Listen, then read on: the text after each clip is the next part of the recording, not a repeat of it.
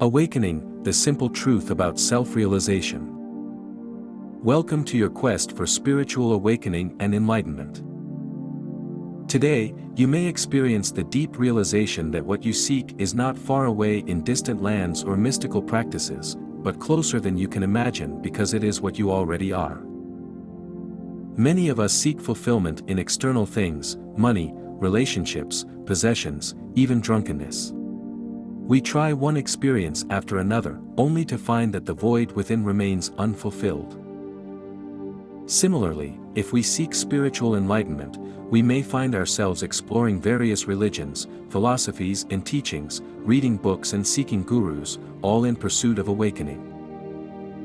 But here's a revolutionary truth: we don't need to do anything to become enlightened or self-realized, because we already are what we seek.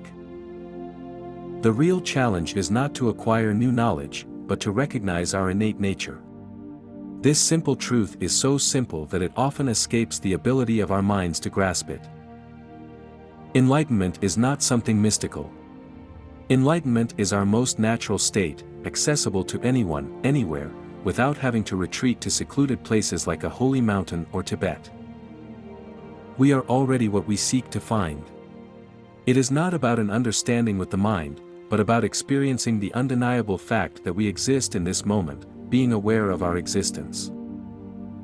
We all experience this state of perception of our environment, our thoughts, and our being, but because we take this state for granted, we overlook it. Our mind does not accept that self-realization can be something so easy and simple because our mind is by nature complex and always seeks to find enlightenment in thoughts and external experiences. The mind goes everywhere except where it needs to be, in the simple recognition and awareness of our consciousness. Our mind thinks that this awareness of our consciousness is simply a phenomenal state because in this state we are not thinking. We are simply calmly alert to the happenings and noises around us and aware that we exist. This is why our mind draws our attention to other external things and experiences, to thoughts from the past and future to escape from the waking state. But the secret is to remain steadfast in the tempting experiences, or in the fantasies that our mind suggests to us. The longer we stay in the awareness of our consciousness, the more peace and serenity we feel and experience because there is no pain in the awareness of our consciousness. This awareness can only be experienced in the now, and in the now there is no pain. Pain and unhappiness lies in thoughts of the past and the future. The direct path to this realization is through self-inquiry, a practice where we observe our thoughts and ask, to whom do these thoughts arise? This question does not seek an answer, but is a tool to see that there is no single entity, self, in which these thoughts appear. Thoughts arise by themselves and are no one's thoughts. Certainly, thoughts do not appear in the character we think we are in our mind. It is to see through the illusion of the personal ego, the character we think we are, and to awaken from its hypnotism. As we stop identifying with this illusory character, hypnotizing us with endless thoughts and feelings, we begin to experience freedom.